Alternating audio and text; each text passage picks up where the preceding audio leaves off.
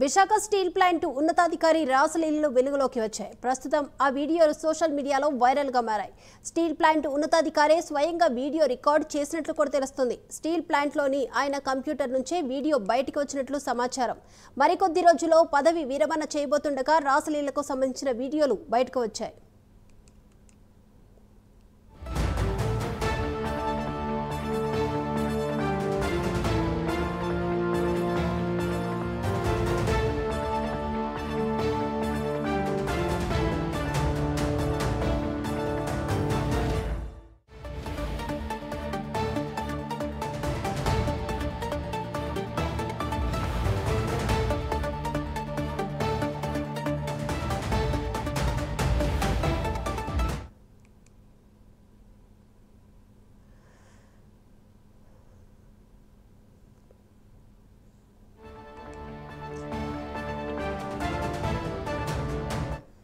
Breaking చూస్తున్న Visakha steel plant ఉన్నతాధికారి రాసలీలలో వెలుగులోకి వచ్చాయి. ప్రస్తుతం ఆ వీడియోలు సోషల్ మీడియాలో వైరల్ గా మారాయి.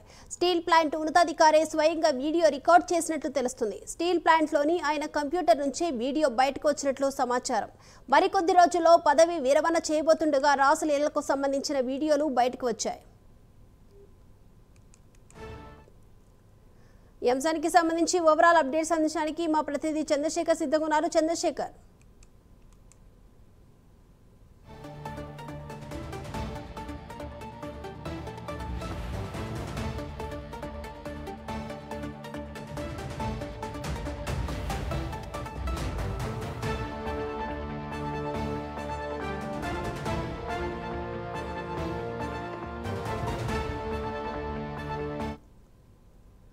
రైట్, ఈ అంశానికి సంబంధించి ఓవరాల్ అప్డేట్స్ అందించడానికి మా ప్రతినిధి చంద్రశేఖర్ సిద్ధంగా ఉన్నారు. చంద్రశేఖర్,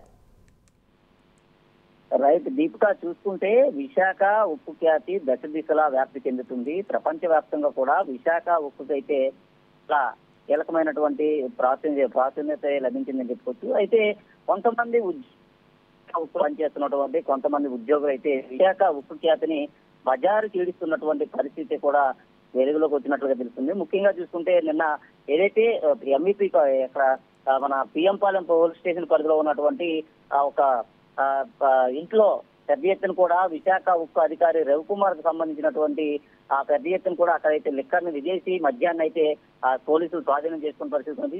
ఈ నేపథ్యంలోనే మరో విశాఖ ఉక్కుకు సంబంధించినటువంటి ఉద్యోగి ఎవరైతే ఉన్నారో ఆ ఉద్యోగికి సంబంధించినటువంటి రాతలేళ్లు ఏవైతే ఉన్నాయో ఆ రాతలేళ్ల వీడియోలన్నీ కూడా ఒక్కసారిగా బయటకు వచ్చి వైరల్ అయినటువంటి పరిస్థితి అయితే కనిపించిందని చెప్పుకోవచ్చు. ముఖ్యంగా చూసుకుంటే ఇటీవల కాలంలో సభ్య సమాజమే తలదించుకున్నటువంటి ఘటనలన్నీ కూడా ఉత్పన్నమవుతున్నటువంటి పరిస్థితి కనిపిస్తుంది. ఏదైతే విశాఖ ఉక్కు ఉద్యోగి అత్యున్నత స్థానంలో ఉన్నటువంటి ఒక అధికారి వీడియోలే ఇలా వైరల్ కావడంతో ఒక్కసారిగా విశాఖ అంతా కూడా విస్తుపోయినటువంటి పరిస్థితి అయితే కనిపించింది. ముఖ్యంగా చూసుకుంటే ఉక్కులో ప్రధాన విభాగంలో పనిచేస్తున్నటువంటి అధికారి ఎవరైతే ఉన్నారో అధికారికి సంబంధించినటువంటి ఆ సిస్టమ్ ఏదైతే ఉందో దాంట్లో ఉన్నటువంటి వీడియోలన్నీ కూడా ఒక్కొక్కటిగా కూడా బయటకు వచ్చి వైరల్ గా మారిన పరిస్థితి కనిపించింది. నేపథ్యంలో ఈ వీడియోలన్నీ కూడా సోషల్ మీడియాలో అప్లోడ్ అవడంతో ఒక్కసారిగా విశాఖ స్టీల్ ప్లాంట్ సంబంధించినటువంటి అధికారులంతా కూడా పొంగుతున్నటువంటి పరిస్థితి కనిపించింది. అయితే ఏదైతే ఘటన జరిగిందో ఘటనకు సంబంధించినటువంటి వీడియోలో ఉన్నటువంటి వ్యక్తి పైన కఠిన చర్యలు తీసుకోవాలంటూ కూడా పూర్తిగా మహిళా సంఘాలన్నీ కూడా డిమాండ్ చేస్తున్నాయి. ప్రధానంగా చూసుకుంటే విశాఖ ఉక్కుకు సంబంధించినటువంటి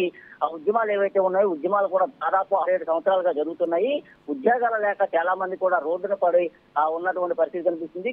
చాలా వరకు కూడా ఉద్యోగాలు లేక ఇప్పటికే స్టీల్ ప్లాంట్ లో కూడా కొంతమంది పనులు లేక కూడా చాలా ఇబ్బందులు అయితే పడుతున్నారు. ఈ నేపథ్యంలోనే ఉద్యోగం ఉండి కూడా ఆ ఉద్యోగాన్ని సద్వినియోగం చేసుకోలేనటువంటి అధికారి ఎవరైనా ఉన్నారంటే ఈ రాసలీలలో బయటపడినటువంటి అధికారి అని చెప్పుకోవచ్చు. ప్రధానంగా చూసుకుంటే ఇలాంటి రాసలీలకు సంబంధించినటువంటి వీడియోలు ఏవైతే ఉన్నాయో చాలా అసభ్యకరంగా ఉన్నటువంటి వీడియోలన్నీ కూడా ఒక్కసారిగా బయటకు వచ్చినటువంటి పరిస్థితి కనిపించింది. ఈ అసభ్యకర వీడియోలు చూసినటువంటి వారంతా కూడా విస్తుపోతున్నటువంటి పరిస్థితి కనిపిస్తుంది. ముఖ్యంగా చూసుకుంటే ఇటీవల కాలంలో ఇలాంటి అసభ్యకర వీడియోలు ఎక్కువగా సోషల్ మీడియాలో అప్లోడ్ పరిస్థితి కనిపిస్తుంది. అయితే మరీ ముఖ్యంగా చూసుకుంటే ఇటు విశాఖ స్టీల్ ప్లాంట్ లో మరో 2-3 నెలల్లో రిటైర్ కాబోతున్నటువంటి అధికారి ఎవరైతే ఉన్నారో ఆ అధికారికి సంబంధించినటువంటి ఆ సిస్టమ్ లోనే ఈ వీడియోలు ఉండటం, అలాగే ఆ సిస్టమ్ కి నేను తనిఖీ చేసినటువంటి అధికారులు ఎవరైతే ఉన్నారో వారంతా కూడా ఒక్కసారిగా పొంగుతున్నటువంటి పరిస్థితి కనిపించింది.